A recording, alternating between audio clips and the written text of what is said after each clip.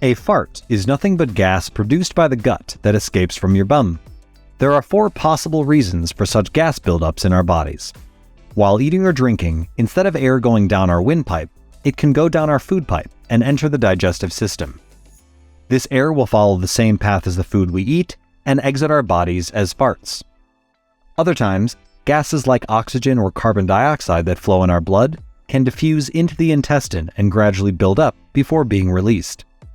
There are also 2 possible ways the gas may be formed in our body during digestion. When food is being digested by our acidic and enzyme-rich gastric juices, they break down the food to release carbon dioxide. Finally, the bacteria that help us digest our food release gaseous byproducts. This final scenario is the relevant one for our main question regarding flammable farts. A common property of carbohydrate-rich foods is that they contain tough-to-digest carbohydrates.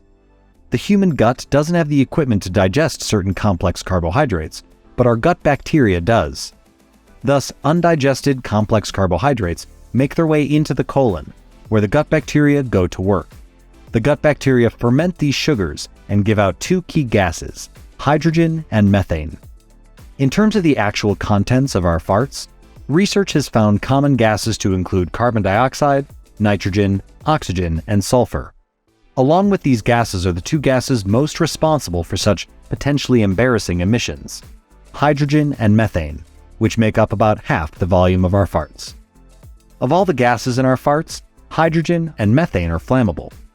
Flammable gases, primarily methane, mix readily with oxygen in the air outside our buttocks and can catch fire easily, even at low temperatures. Now, even though you produce flammable gases, it isn't enough to create a flamethrower.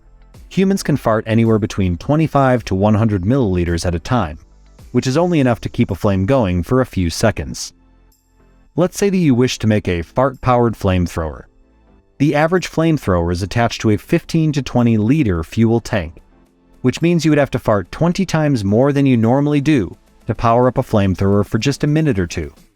It could be even less, considering that not all the gases in a fart are flammable.